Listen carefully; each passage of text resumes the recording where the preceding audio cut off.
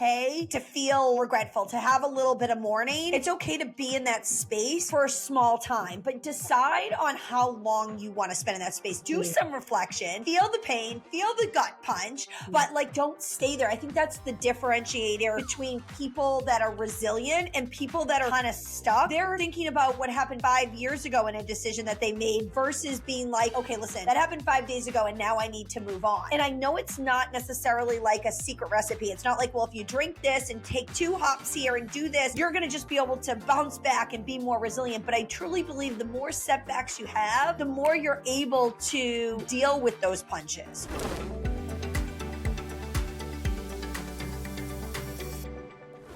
Welcome back, you guys, to another episode of the Beyond the Scale podcast. I am your host, Mary Katherine, and today we have a special guest. We have Erika. So Erika Rothenberger is an established corporate professional, a global wellness leader, and a boss babe at heart. Her primary goal is to guide people to live the life that they aspire to live. As a devoted mother, wife, and career woman, she is deeply familiar with the intricate dance of juggling professional and personal responsibilities. So she is here to show you that it's possible to live life to its fullest without any regrets.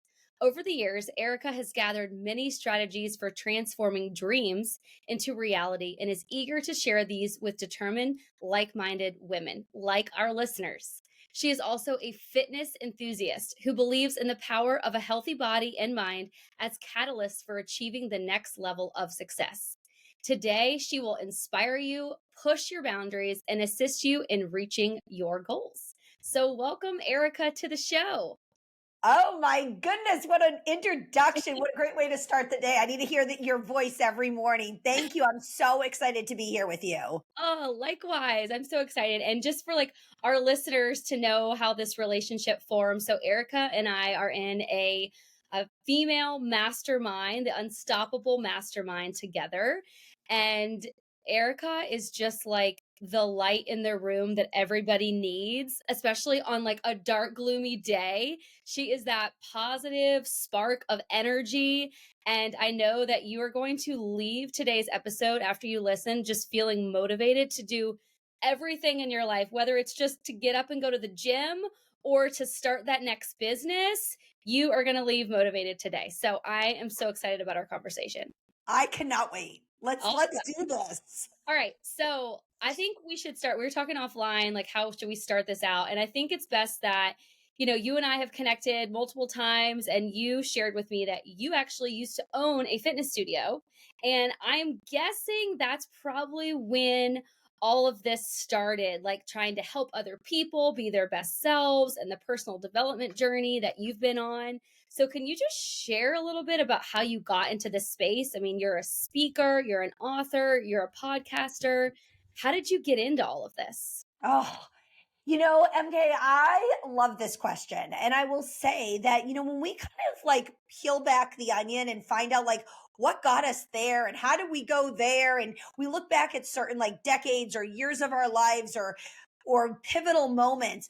I can't say it was necessarily one particular moment, but all of the things that you talked about, whether it was, starting a gym or starting the podcast or doing this, it was all about serving. And I even go back to my childhood days. I've always been fiery red and always wanting to be a leader and all of that sort of stuff.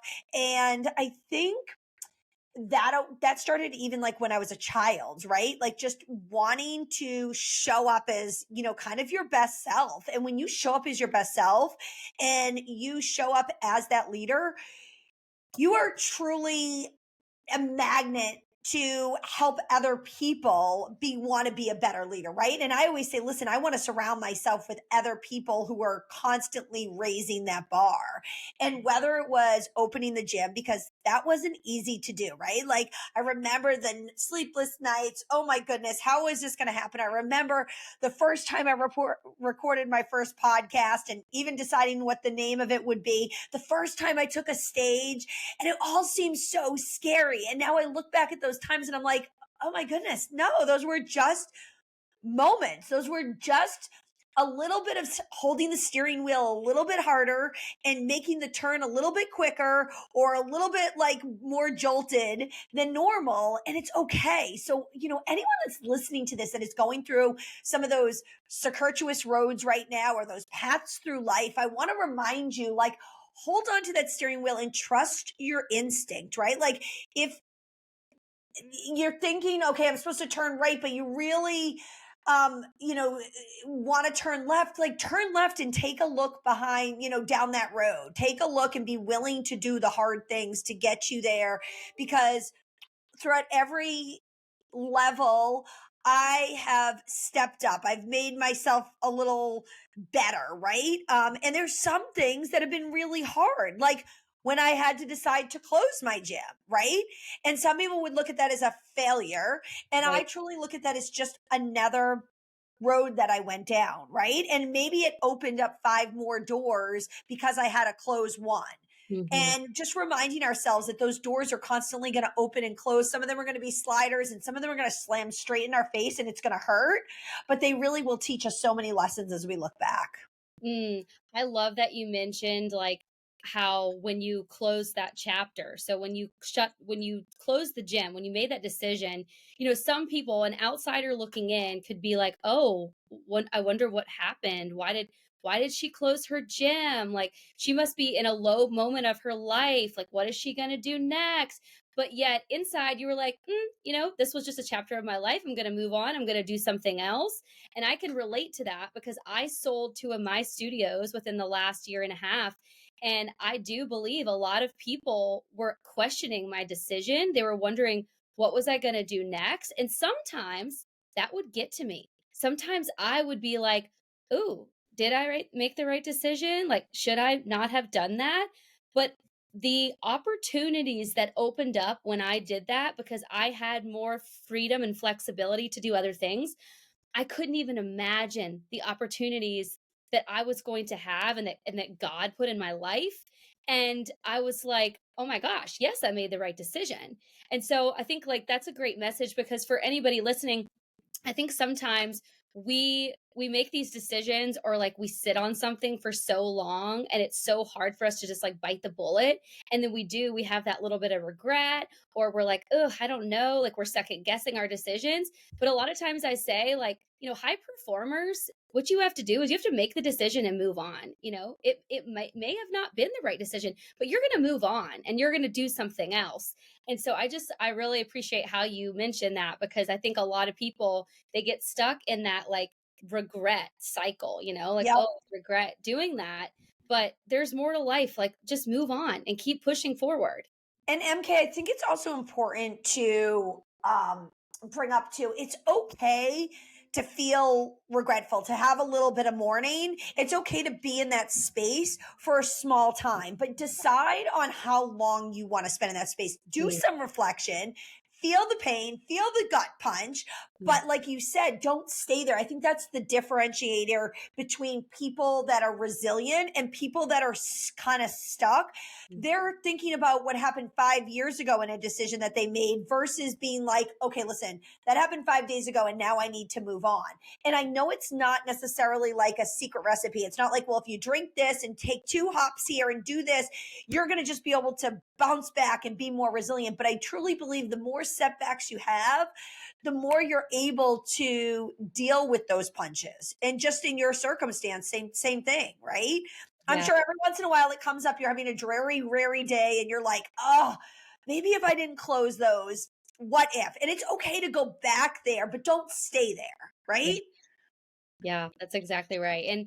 And everybody can relate to that, whether they're a business owner, whether they're just a mom and they've made some decisions that they're not proud of or that they regret. You just have to let go of the past and you have to move forward. Yeah. Yeah. Yeah. Easier said than done though. And I do think it takes some programming. And I think it goes back to exactly the first question you asked me. When you're working on yourself, when those decisions come up or the naysayers come in the world or the people that want to be the party poopers on your like your parade, they're a lot easier to handle when you've already done the work on yourself because you're so confident in who you are and what you're doing that those outside voices are very, very low, like in the sense of a volume in your head comparatively. Because I will say that, like, in my 20s and even maybe even into like my early 30s, I let a lot of those voices come in my head, right?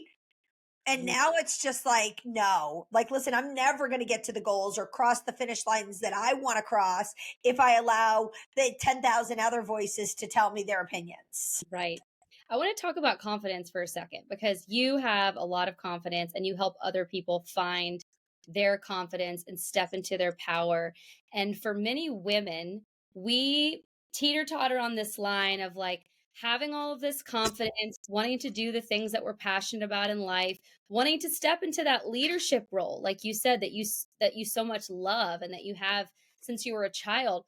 But then we also struggle with the guilt associated with it because many of our listeners or many of our clients at the gym, they're moms, and we have these big dreams and goals for ourselves, and it could be as simple as like we want to lose 50 pounds and we want to start taking care of ourselves and just really love the body and the skin that we're in, but we feel guilty about the time that we're taking away from our kids, the time we're taking away from our spouse.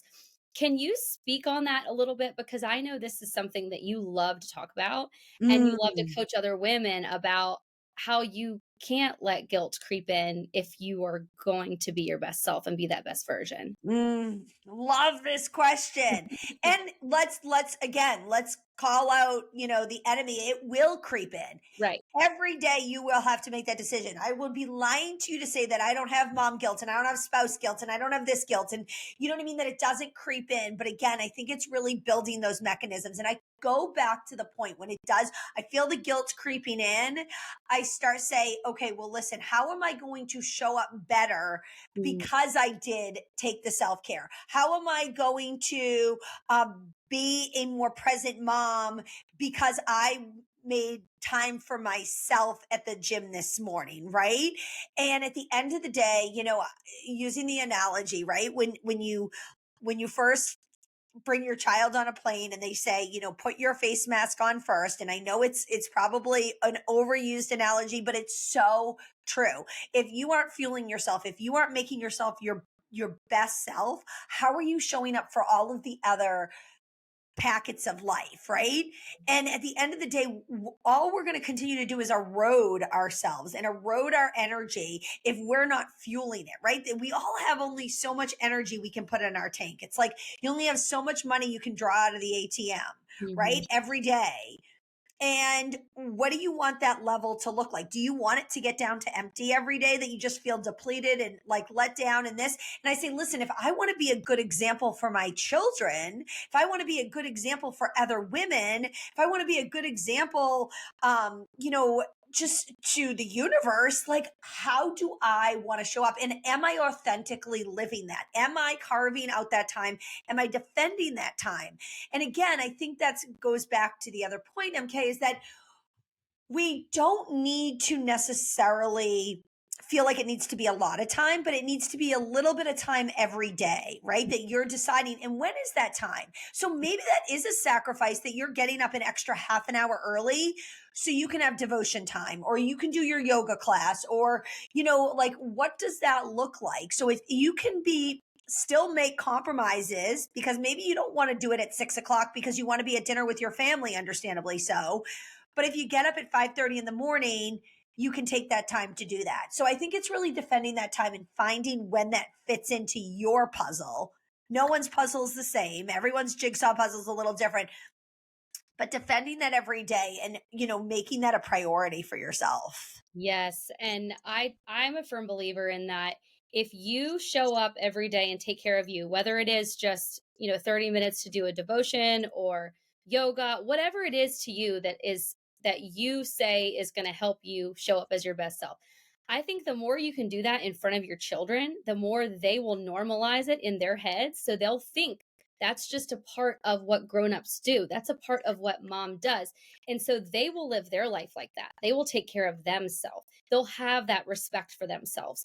And we might be able to break this cycle of quote unquote mom guilt that so many people talk about, because it'll just be something that's normal in society, is people taking care of themselves and taking their health seriously, which is a great segue into my next question, because you get up at like 3 o'clock in the morning some days to work out. So you have a huge team. So you're an engineer and you lead, I don't know, what, 15,000 people? I mean, Well, you're, yeah, so I wear a big, yeah, corporate hat. We have our entire like segment is like 13,000 people. Now, I don't lead all those right, people. I support, a lot of the groups in there, but I do have a big wellness team too, and that team is over 20,000 people. I have my two kids, my husband, yeah, you know what I mean, a lot of the other things in between. So I feel like I have a lot of people depending on me. right. So you're juggling so many things, and you you prioritize your time in a way that you can say, like, okay, like, I'm going to still show up for me because this is going to help me in all the other areas. Can you speak to our audience or to our listeners a little bit about that? Because I have friends that work in corporate jobs, they're attorneys, that, they're doctors. They have highly demanding jobs in which they need to be there really early, and they're in the office until really late. And it is easy to make that an excuse to say, I am not going to work out today. I'm not going to do the meal prepping. I'm not going to worry about it because this is a season of my life where I'm just too busy. And Yep. I firmly believe that if they were able to carve out the 30 minutes a few times a week, they would feel so much better. And so Yes. how do you do that? How do you continue to show up for yourself? Well, I think it's like anything. They say, after 21 days, you start to like build that habit. After 66 days, you've really like mastered it. And I Mhm. think it just comes to habit. Like, I will not say that getting up at 3:45, when my alarm goes off, and typically my own internal alarm goes off around 3:30. And some people will say, you are crazy. And I say, yeah, a little bit. Maybe it's my middle name, but I also say, listen, that's the time when I am best. You ask me to do the same thing at 9 o'clock at night, like it wouldn't get done, or it'd be like there'd be 9,000 misspelled words in Right. whatever I was doing. So, and spelling has never been my strong suit. So what I will say is that find the time when your energy is best and do a little bit of a self assessment. Like, Mm. find that time. And for me, between 4 a.m. and 8 a.m., it's like my favorite energy packed time. I am most productive. I am most laser focused. My brain thinks the best. It's when I write my posts, it's when I do these things. So ask yourself, do a little self assessment. When do I feel that energy high and when do I feel it low? Some people it might be 3 o'clock in the afternoon. That's probably my lowest energy scale. Between 3 and 5, I'm like, end of the workday. No, I have to go Before the home and juggle day. all the the things. And it's not always easy. So I always say, find that time of what's gonna like work for you. And I am not saying don't get your sleep, because to me it's an absolutely critical part to this whole wellness equation. But I also, there's many a times it's 8:45 and my kids are still like jumping off of the wall, and I'm like, mom's going to bed. They're 7 and 10 at this point. My husband's a night owl, so like, I know they'll get put down at some point, but I know I have to reserve, those 6 hours of solid sleep to show up as my best the next day. So this is kind of off the cuff, but something I just thought about. So I actually have this question myself. So you said your kids will still be awake when sometimes you go to bed. And like my kids are younger than yours, so that probably won't work for us. Like my kids are almost 3 and 5. And so in the evening is like my sacred time that I spend with my husband a lot of times. And like you have to sacrifice that in order to get the sleep that you want to get up early and do all of the things. And I'm sure it's not like every single day. I'm sure sometimes you have some like days off where you spend more time with your family in the evening, or maybe you sleep Yes. in a little bit.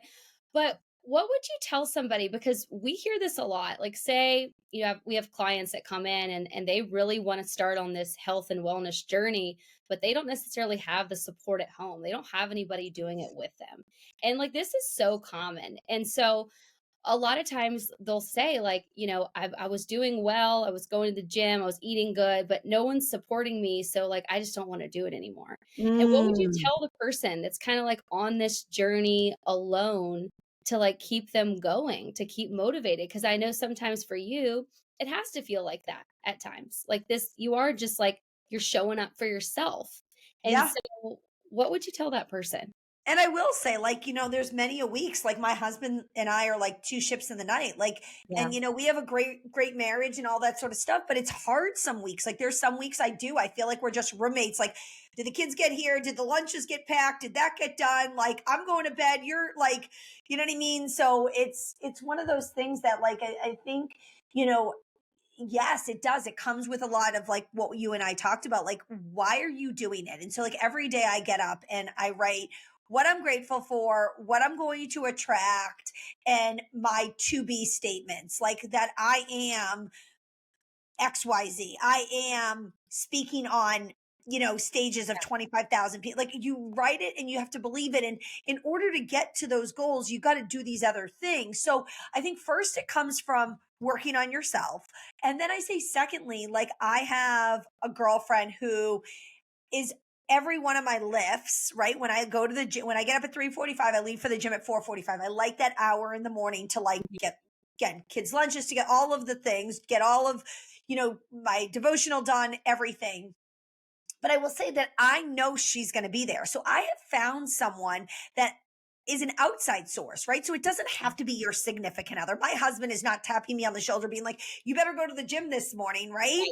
And I think so I don't necessarily get the motivation from him. He motivates me in a lot of other ways, but I would say that like find someone else who has those common goals for you. And maybe it's not even someone that's physically there, but maybe it's someone that lives across the country and you guys are texting each other every day or sending each other a selfie. Like find other ways. And if you look around your current circle right now and can't think of one or two people who you could connect with, you need to find a better circle. And Mm, I say that really bluntly, but you need to find a circle where they're raising your bar, where they are getting up early, where they are motivating you. Because when you find that circle, you should be surrounding yourself with people that are better than you. And when I say that, that's probably a little bit of a harsh statement, but that are like raising their bar even more than you're raising your bar. right.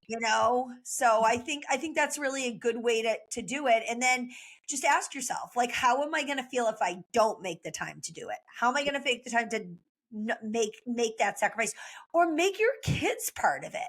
I see plenty of women and men who are like, showing on Instagram or showing on TikTok, and they're using their kids as they're working out, their toy mat set up, and there's just no excuse. They're using their kid like they're doing leg lifts, like with their baby, you know what I mean? Like Yeah. in a safe way. But when you want it bad enough, you'll find a way. Yeah. And so being that I still have young kids, in the beginning when your kids are so little, you have that like, not necessarily postpartum depression, but like that PTSD from the sleepless nights and how hard it is. And you get in this like cycle of thinking that it's just hard. But then when life starts to get a little easier, when they start to get a little bit older, like it's totally possible to do a workout with them. But in the back of my head, I'm still telling myself, oh, it's too hard. It's too hard to work out with them. You have to get past that. And once you get past that to the other side and you realize, oh, I can work out in the garage for 30 minutes with my kids right here playing with their toys. Like, it's totally fine. Like, Yep. stop making that excuse. You can only use that excuse for so long. And I think Right. a lot of people do that is like, life's hard. They have all these circumstances. And even when it's not hard anymore, they're still stuck in that phase in their head that it's just too hard. It's too Yep. inconvenient. I can't do it. And so, like, once you get past that, once you get to the other side, and you mentioned 21 days, a lot of people, it's like if you can just stay consistent for that first month, you build momentum and then you have the motivation to go. You Yep. have the motivation to get up. And then it feels yucky to not do it. Like Right. that, when you get to that point, like when I don't work out, like I'm a like 6 day a week, like Yeah. workout, like, and when I do not get up and do it, I don't feel 100% myself. I Right. know I'm not serving everything. And it doesn't mean that I don't have a rest day. It doesn't mean that I don't have a skip gym day. Like I am, far from like perfect, but I'm like, how am I going to feel if I don't do this?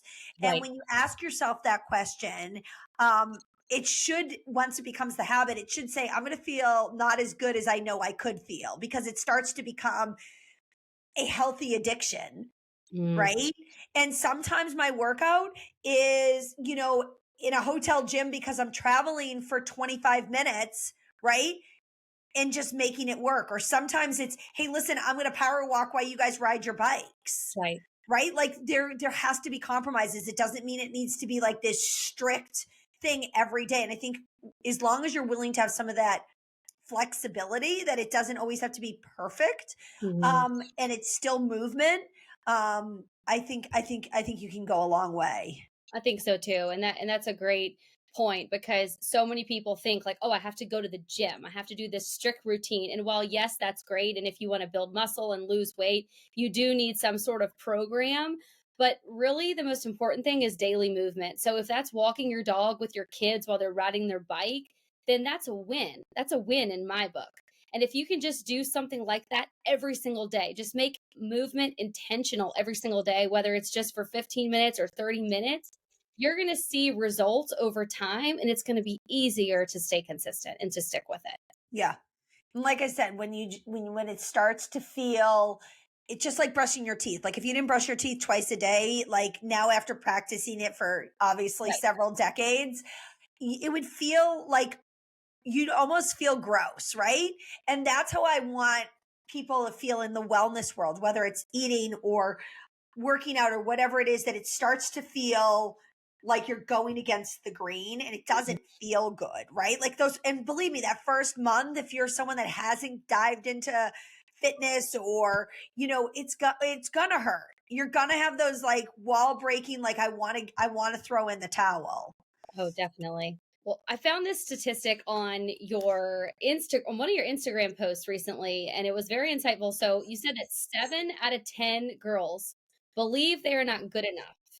And that's heartbreaking. And so, like, in general, why do you believe that women, as we grow up, why do we struggle with these feelings of inadequacy? And um, why do you think that like continues to show up in our adult years? Like, what can we do to overcome those thoughts and perceptions and emotions? Yeah, such a good question. And when I saw that fact, I'm actually speaking at a big summit this summer called Girls Spark, and basically the whole premise of it was actually started by a teenage girl who saw her friends in middle school and high school who just didn't have that spark or that confidence and were feeling depressed, and like you see the rates of suicide going up, and like we're living in a world where I think many a times we're trying to be something that we're not supposed to be because of society, right? Like you and I grew up with Barbie with a 23-inch waist, and like, you know what I mean? Like perfect, like what we would call on paper, right? Perfect measurements. And I think we're that started years ago, but I think now it's so much more prevalent because of social media, and Mhm. social media is not going away, right? We're always going to we all play that comparison game, right? We're always at that point. Like if I had got the promotion, if I had lost the 5 pounds, if I had wore the same outfit she did, if I dyed my hair brown versus blonde or whatever it is. I mean, we can always all play that comparison game. And I think it goes back to it feeling secure and authentic in our own self. And when you're so confident in your own self, those ancillary things, it's not that you won't think about them. It's Mhm. not that you won't still play the comparison game, but you won't let them change the trajectory of your day, of your week, of your month. It may bother you for 3 minutes when you read that post or whatever it is, and that's okay, right? We're human. We're not robots. But I think when we're working so much on ourselves and we're confident with who we are and what our strengths are, that's when we can change it. But I do feel that we're living in a society right now where, you know, most people have two working parents. Most people are busy. Most people are surrounded by social media and just an abundance of like, things coming Overwhelmed. into their life, and they are playing the comparison game. And I don't think we're starting early enough to remind young girls.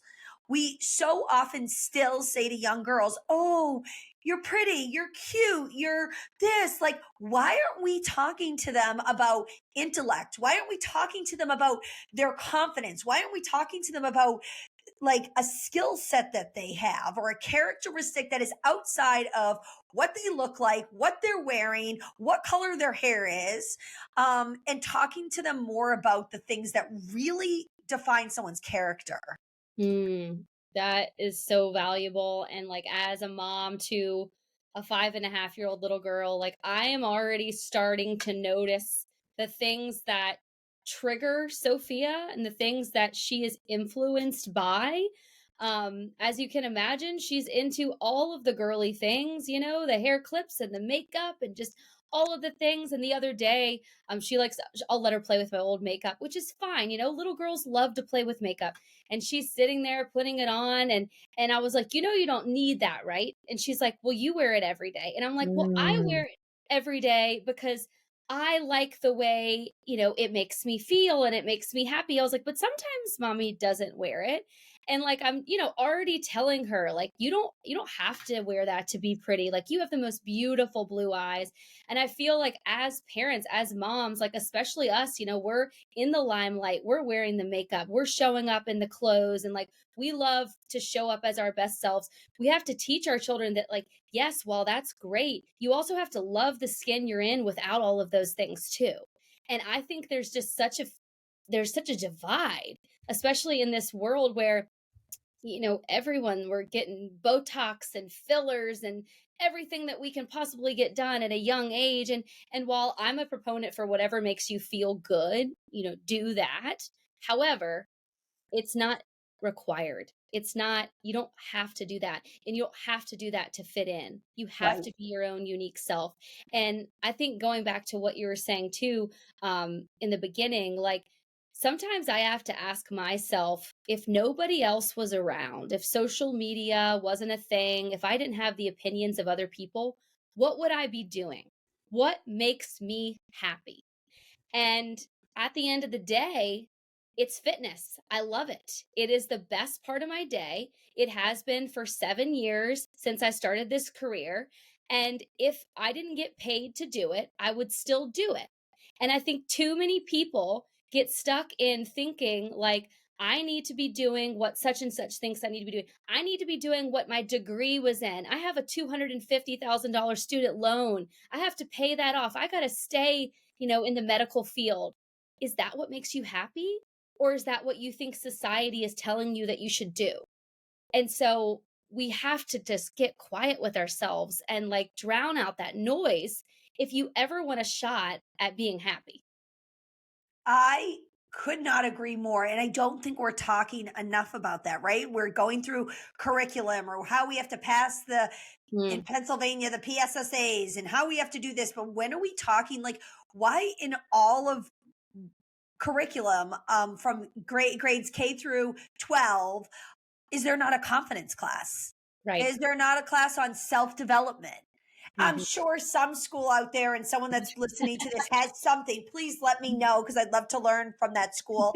But I'm saying we need to focus as much on that character side and what does really bring us joy. And because so often we can just check the wrong box or do what we think we need to do. And for all the time that we may spend on the lipstick color and the outfit and what earrings and this and that. Let's spend the exact same amount of time, if not more, on building what's internal to us, Mhm. right? And I think so much it's negated. Like we spend 80% of our time on the ancillary superficial things, and everyone's guilty of it, including myself, Yeah. versus really honing in on yourself. So, again, going back to your gym analogy, going back to all of the things. What are you doing as a listener right now? What are you doing to work on that right now?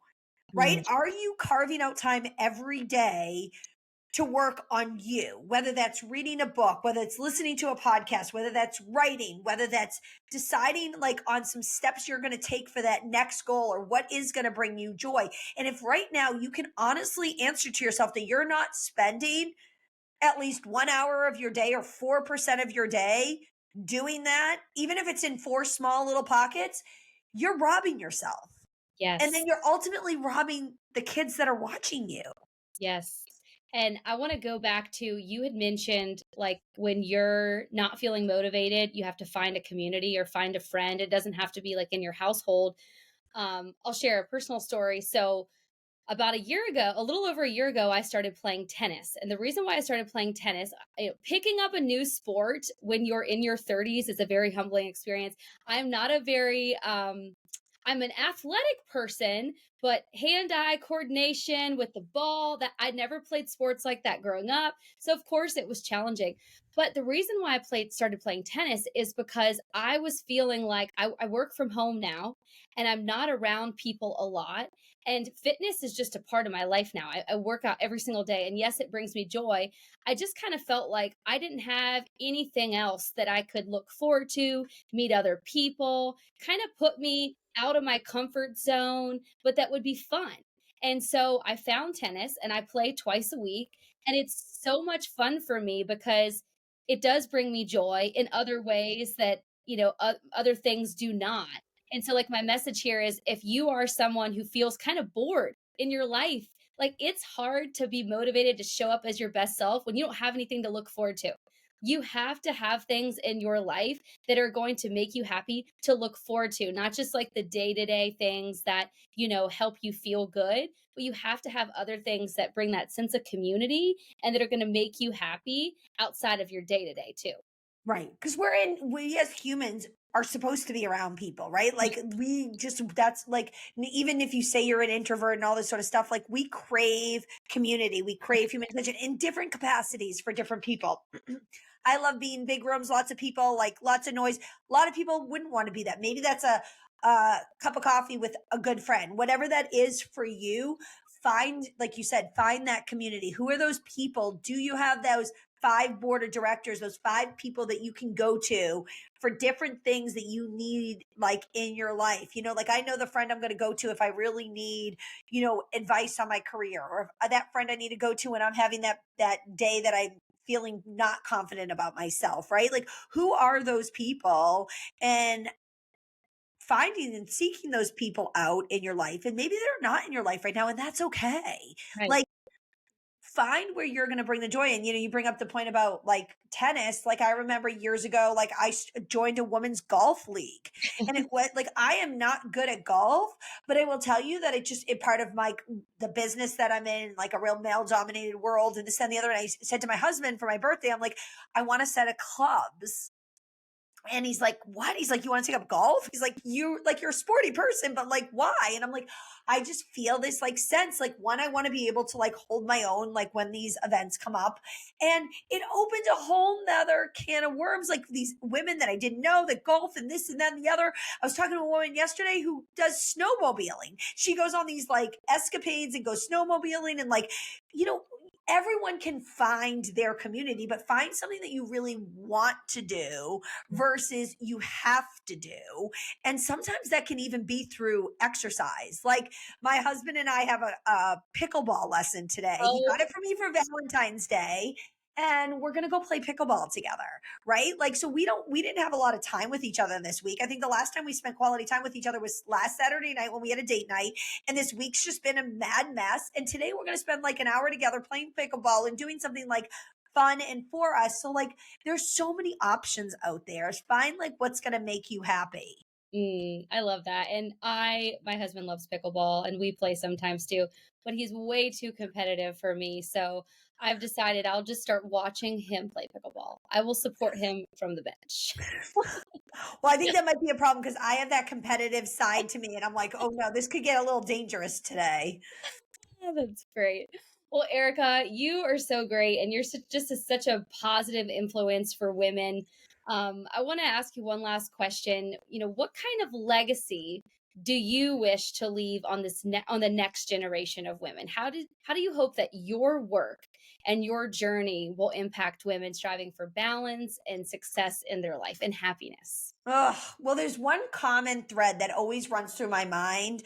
Like when you say, hey, what do you want to leave for legacy? And I probably could give you like 100 things and I probably could write a 200-page book on what I would actually want to leave this universe. But there's one common thread that I always think of when I think of like, hey, what do I really want to leave? And it goes with, you know, as we rise, lift other women up, right? Like if we can share that baton and pass that down, we can become so ferocious and so amazing and really create collaboration versus competition amongst each other. So Mm, just think, who can you lift up but equally so, who has lifted you up? Who has gotten you to where you are today? And when's the last time you just left them a voice note? When's the last time you thanked them for being that role model or that leader or that sponsor in the boardroom or at the breakfast table, or whether, or maybe in the gym? Like, who's the person that motivated, who has motivated you? And are you thanking those people? And then who are you then doing that for? And I truly believe it is our fiduciary, like, responsibility as women who want to rise, who want to be supported, for us to pull the rope and lead the next generation. And so at the end of the day, if, in my eulogy, I really hope that people say, hey, she always wanted to take us along. She never was doing this just for her own success. It was really to help pave a path for other women to follow, and the yellow brick road to ultimately end to what people's dreams and goals are. And they were cheering me along the whole way, whether I was falling, whether I was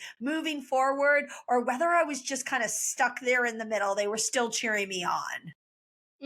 Mic drop. And I can attest that you are definitely all about that, because when, like, the first week you and I met, you messaged me, like, voice message, like, hey girl, how can I help you? How can I serve you? What can I do for you? Like, let's connect. And I so appreciate that.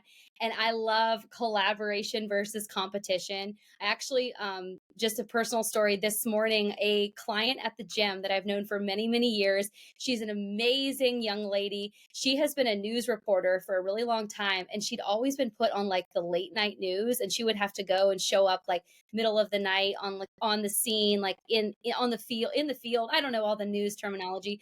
And she's amazing. And she kept saying, like, oh, I really want, day show. Like, I want to be an anchor. And she kept interviewing for more and more stations. And today she posted that she just got the main anchor job for a news station, and she's going to be, like, the head anchor. And I literally started crying because I was so happy for her. And I'm like, you just deserve this so much. And, like, we were chatting back and forth, like, saying, like, you go girl, love ya, and all this stuff. And I'm like, why can't more people be like that? Because it's so fulfilling and so rewarding to, like, be alongside someone else's journey and not be by yourself in your own journey, and to have, like, those cheerleaders and that support system. And our world just needs more of that. So Yeah. I so appreciate how you preach that to your audience, and that how you coach other women how to be, those leaders. Because we truly will only go so far on our own, but we can Right. go, like, astronomical growth when we combine with people. Hence, we're in a mastermind together, right? Yeah. And it's not necessarily that we're always working on the same projects or this, that, and the other, but it's just having that community and knowing, hey, listen, I got this gang behind me that's, like, gonna motivate me, right? Right. And you know what I find to be so cool about our mastermind is, when I joined the mastermind, at first I really didn't know what to expect. And within the first few months, I realized none of us are in competition with one another. We are all working on our own personal journey that's so different. And I think what makes it so special is that we all have gotten so serious and quiet with ourselves and figured out what brings us joy and happiness. And Mm-hmm. we're on that journey. We're on Yeah. our own personal journeys to do what we want to do. And so we can all huddle around one another and support each other, because no one's doing the same thing. Something Right. something different motivates every single one of us. Like, you want to be on stages, you want to be, out there in the crowd. And yes, while that sounds fun, but that's not a stage of life I'm in right now. So I'm like, that's not me. But I'm like, you go girl, like, I'm going to cheer you from afar. And so I just think it's so special how everybody just supports one another in that It, group. it, it is. It's such a special gift. And what I want to remind anyone that's listening, perhaps right now, you joining a mastermind scares you, or perhaps you don't have the funds right now to do so. There's so many communities. There's so many groups that are out there that Mm, don't use that. Just to piggyback on one of our points, don't use that as your excuse. right. Use this as your catalyst to say, hey, listen, if I want it bad enough, I will find that community. I'll make that community. Yeah. Start your own mastermind. Right. Exactly. Yeah. Be the leader. Well, Be the Erica, leader. All right. this has been so great. And I know our listeners are going to get incredible value from this. Where can everyone find you, learn all the things, follow you? Oh, well, listen, I'm on really 3 platforms. I'm on LinkedIn, I'm on social media, being Instagram and Facebook. My website, www.erikarothenberger.com. Would love for you to show up in my podcast, Grit, Grace, and Glitz. So any of the spectrums, I'd love to connect with you. I'd love to pour into you, whether it's a funny reel or it's just a piece of advice that I can give you. Awesome. Well, thank you so much. This was great. And thank you to all of our listeners for checking us out for another episode of the Beyond the Scale podcast. As always, make sure to subscribe to our YouTube channel. Check us out on Apple Podcast and Spotify, and share this episode with all of your friends. Until next time, you guys, thanks so much.